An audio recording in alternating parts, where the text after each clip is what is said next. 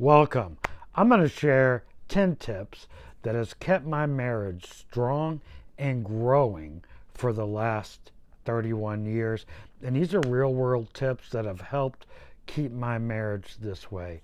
And it only gets stronger as time goes on. My name is Mike. I'm a dad of 5 boys. I have 2 wonderful grandchildren and have been married for 31 years. So let's start here.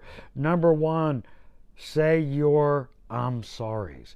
Admit when you are wrong. And, initially I had some issues with this. When I first got married, I was bullheaded. I was strong. I was always right. She was always wrong. It's just not the way it is. When you can admit what you've done is wrong, whatever it may be, and truly be heartfelt about the apology and not let it happen again, it shows your vulnerability a little bit and shows you're willing to let go of your ego and all of that to come together and show your humility and help keep that wonderful marriage alive. The next tip, number 2, go on new adventures together. And it doesn't have to be something extravagant like climbing a mountain, right? These things can be as simple as just, for instance, next week my wife and I are going to a part of a town where we live where we've never explored before. We're going to stay there for a couple days and explore some different things, eat at different restaurants, and just spend quality time together. And going on new and different adventures to different locations really kind of sparked that fun feeling that you had when you first got together. Tip number 3, keep the physical romance alive. This is so important, and this may be number 1 tip for some people. If you do not keep that physical bond together, over time, feelings are going to be hurt. Someone's needs are going to feel like they're not being met. You're going to be met with resentment, or you're going to feel resentment. Keeping that physical touch alive, to me, is absolutely critical. And it keeps the relationship fun and young. Even though I'm old, it keeps it fun and young. And that's been one of the keys, honestly, is staying attracted and staying physically connected to my wife. Number 4, prioritize open communication and dialogue. Now, it can be as deep as you want it to be, as far as your hopes, dreams, and fears, and all that's awesome. But even little talk, like just fun little what's going on, and not just like, how's your day? But a little deeper than that, right? And just kind of talk about different things that you're seeing in the world or whatever, that you guys can come together and chat about it. And one thing we do, we have certain shows that we both like, and we prioritize that time together, even if it's just a couple days a week, and watch our shows. And we talk about our shows and the characters or whatever's going on with it. And it makes it fun, and we can agree or disagree or whatever, but it makes it fun to have that little conversation. Another one, really important, number 5, show consistent gratitude and appreciation for what your partner has done or is doing, and tell them frequently how much you appreciate them. And this isn't just like a physical thing. This is an emotional bond that you guys can have together. When you guys truly, truly appreciate each other, there's not a lot that can happen in your marriage that you can't overcome. Okay?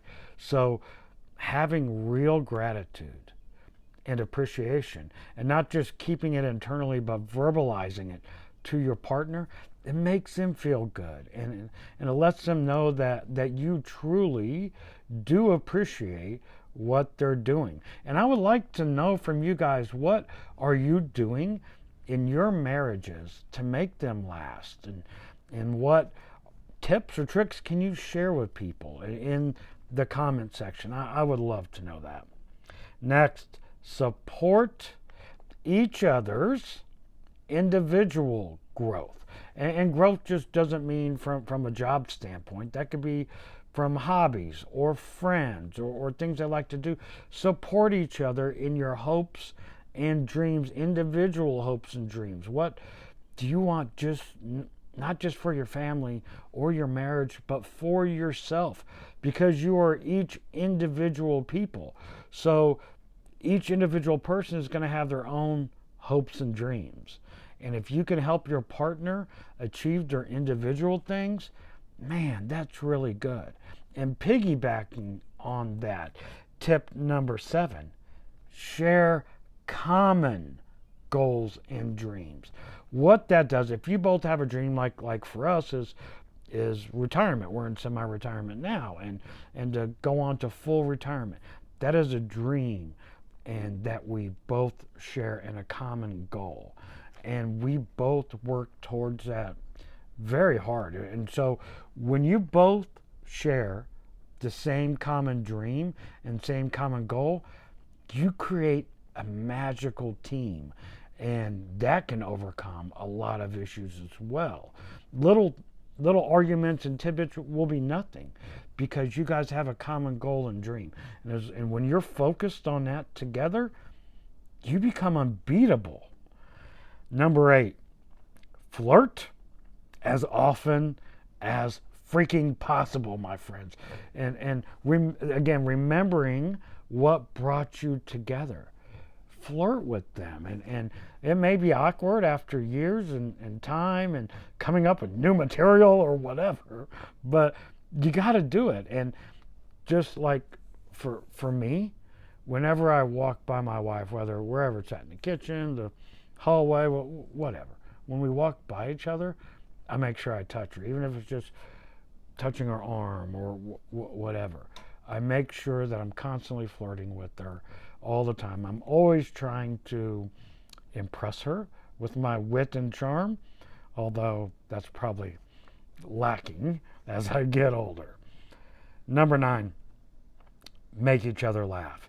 Be great company for each other. Isn't that an amazing thing? Like, when your partner is truly someone you want to be around, how much that helps the relationship. Yeah, definitely. Make each other laugh. Make her, make him laugh. Whatever it is, try to make them laugh. Try to be, something that will make them smile. And that will make your partner feel good and make you feel good as well. Number 10, pull your weight, right? Nobody wants dead weight. And no matter how much they love you or you love them, if they can't pull their weight, and that doesn't just mean economically. I mean, there's a lot of things that go in to pulling your own weight, but you got to pull your own weight, or try. If you're not physically able, if you have some kind of, physical ailment that you can't physically pull your weight, there's so many other ways to do it. But you got to pull your own weight. That way, there's no resentment from your partner. I hope you enjoyed the video. Please like and sub the channel. I would really appreciate you. Talk to you later. This is Mike, Dadify Voice.